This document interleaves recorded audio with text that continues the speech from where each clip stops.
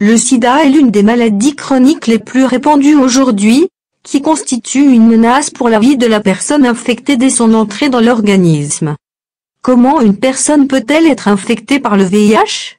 Le sida ne se transmet pas facilement entre les personnes, comme il se produit lors d'un rhume ou d'une grippe, qui se transmet par l'air, car le virus du sida vit dans le sang d'une personne infectée après les fluides corporels, et donc l'infection résulte de la transmission de ces fluides d'une personne infectée par le virus au sang d'une autre personne.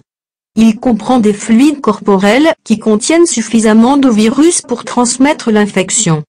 Le sperme et les sécrétions importantes pour lui, y compris le sang menstruel, le lait maternel, le sang et les sécrétions anales.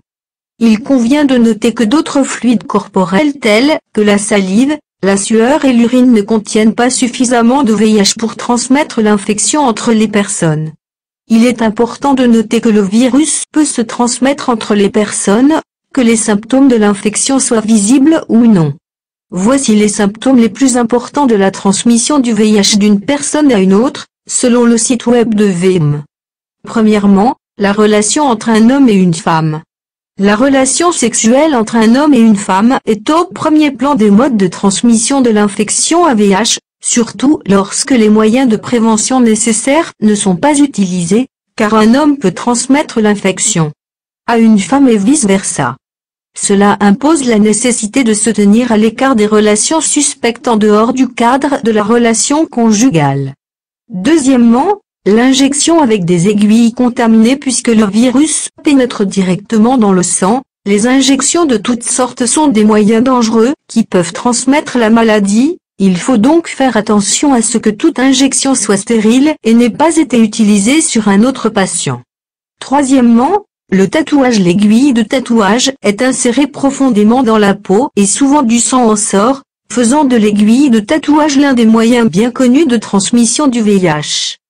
Quatrièmement, la transfusion sanguine. Théoriquement, l'infection par le virus peut être transmise par transfusion sanguine d'une personne à une autre, mais ce risque est devenu moindre avec l'examen minutieux des poches de sang des donneurs, dans la plupart des pays du monde. Cinquièmement, de la mère au fœtus. La mère peut transmettre l'infection au fœtus pendant la grossesse, pendant l'accouchement ou même pendant l'allaitement.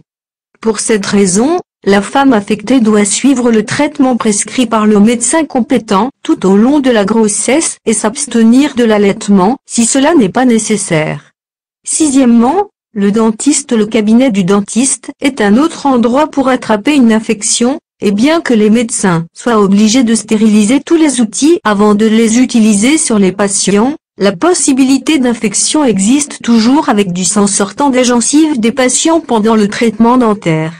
Septièmement, le rasage. Une visite chez le barbier peut être une autre source de transmission d'infection, car les outils de rasage et les lames tranchantes causent parfois des blessures aux clients, ce qui impose la nécessité de stériliser les outils et de changer les lames de rasoir d'un client à l'autre.